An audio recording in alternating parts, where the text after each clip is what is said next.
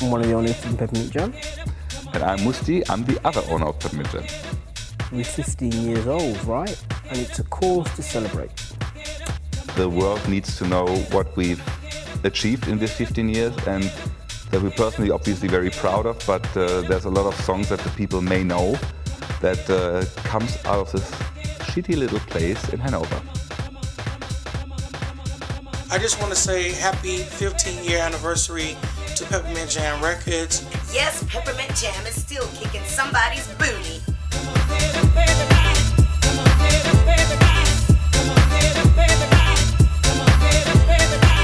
We actually first met, one of our first ventures where we were part of a band, and we really kicked 23 years ago. Yeah, we really sort of gelled as a songwriting team, and that was sort of the beginnings of our relationship.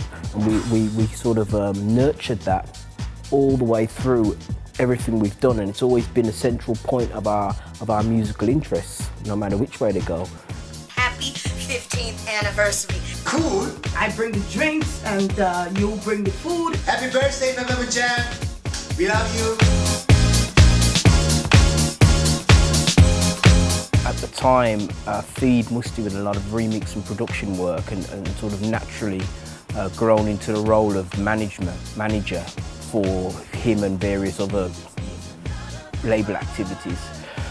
We then decided to start our own label, identifying a gap in the market. And yeah, it sort of grew from there.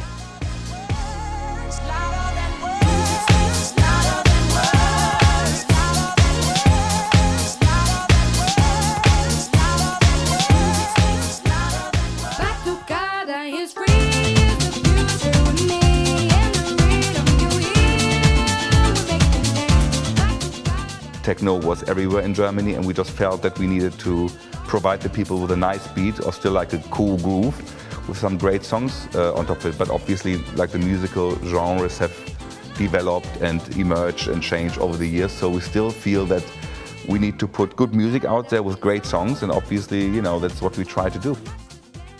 The first release was like stuff that we licensed from Kerry Chandler and I think the Blaze guys or the Smack guys, and for us, you know, they were heroes, you know, American idols, you know, were basically like putting out great house music, and we said, hey, great, you know, we licensed it, it's a part of our label, and then maybe our first success. Obviously, the very first piece of vinyl that went out the door, that was it was just a great feeling. It was a feeling of independence. You know, we were totally independent, and up to a stage where when Keep Pushing broke, I went to a music conference in Remini, and that was when I really realised that we'd arrived, because everybody wanted to know who I was, what the record was, how can they get the record, and that's a very, very satisfying feeling, a feeling that you had an idea, it grew, and what the vision can grow into, that was really cool.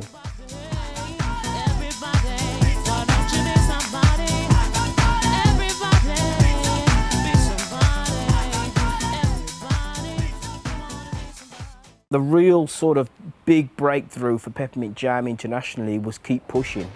It was Boris Dlugosch, Musti production, written by myself, Inaya Davis, who also vocaled on the record. And that was a record that we took to Miami in sort of, I think it was '96, at the Winter Music Conference, and was really well received.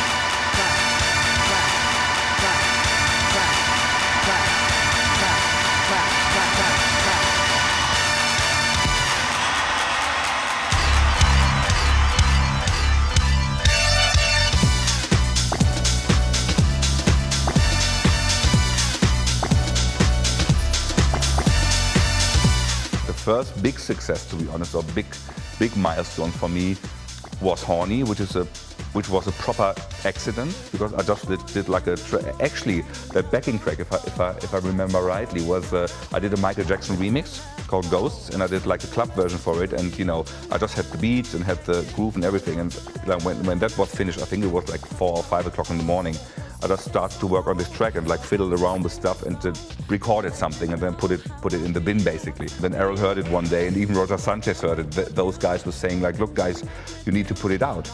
And then the way we wrote the song as well, you know, I mean, I called the song horny because of the horn samples in there, but then we took it to the next level, you know, taking this thing horny and making like a song out of it.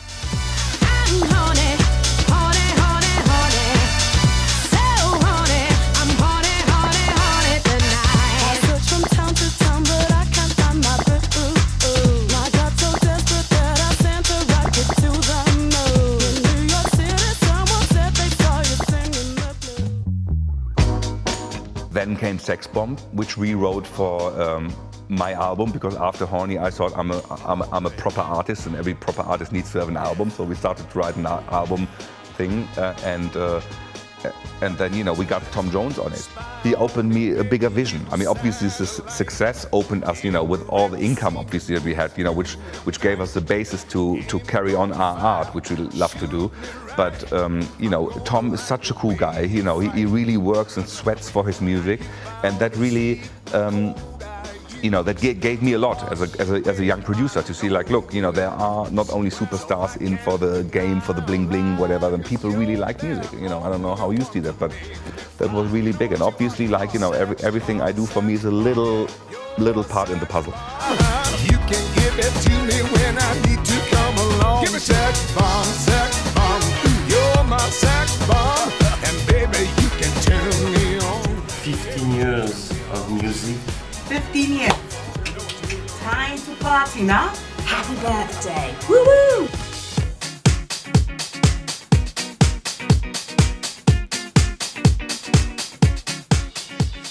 That's another one of those records that kind of highlight what Peppermint Jam are about, this sort of production unit thing, take it through into the whole distribution setup and make it, throw it out to the world. You know, that's what Peppermint Jam were originally set up to do. Yeah, I'm really happy to wish a very happy birthday to Peppermint Jam. Happy birthday, Peppermint Jam.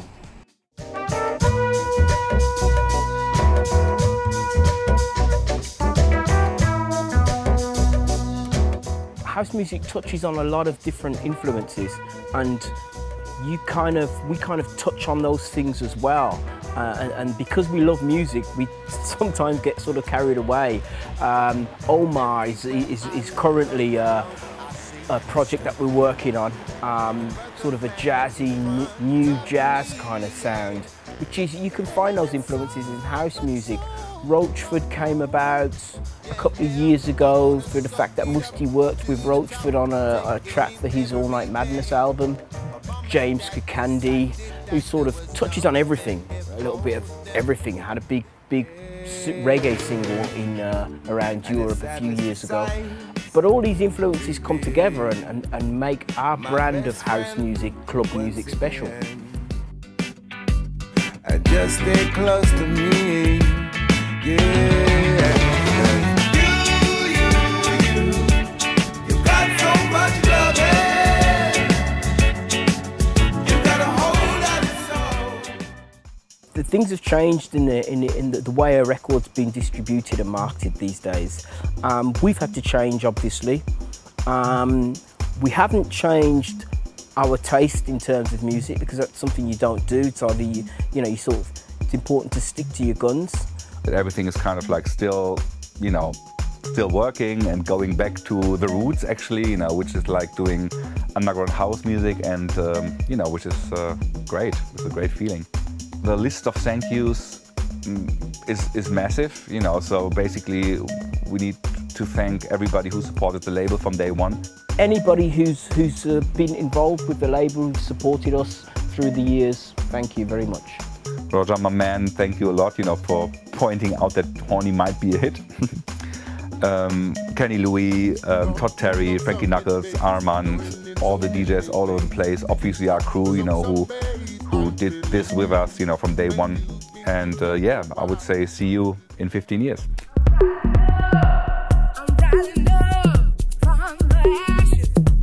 I've gotten over all the pain. I've been all alone.